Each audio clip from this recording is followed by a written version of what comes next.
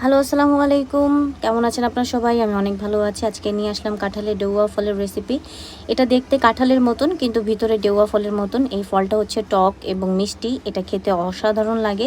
এটাকে আপনারা চাইলে বানিয়ে খেতে পারেন। আমরা বানিয়ে খেয়েছি। এটাতে আপনার যেটা লাগবে কাঁচা মরিচ, শুকনো মরিচ, এটা হচ্ছে গিয়ে গুঁড়ো মরিচের গুঁড়ো এবং হচ্ছে গিয়ে লবণ, তেল, ধনিয়া পাতা থাকলে ভালো কথা। এগুলো দিয়ে সুন্দর করে এটাকে মাখিয়ে এটা খেতে যে কতটা ভালো লাগে আপনাদের আসলে না খেলে বুঝাতে পারবো না। প্রথমে মরিচটা কেটে নিচ্ছি, ধনিয়া পাতা দিচ্ছি, এটা দেশি ধনিয়া পাতা। এটা হচ্ছে লবণ দিয়ে দিলাম পরিমাণ মতন, আপনাদের মতন আপনারা দিবেন। এটা হচ্ছে মরিচের গুঁড়ো দিয়ে দিলাম। এরপরে হচ্ছে গিয়ে এটাকে আমি তেল দিয়ে এটাকে সুন্দর করে আমি এটাকে মেখে নিব। যদিও আপনারা কি দিয়ে মাপেন আমি জানি না, আমি আমার হাত দিয়েই মারি। এই তো মাখামাখি শুরু করে দিছি। এই যে দেখেন কত সুন্দর করে মাখাচ্ছি।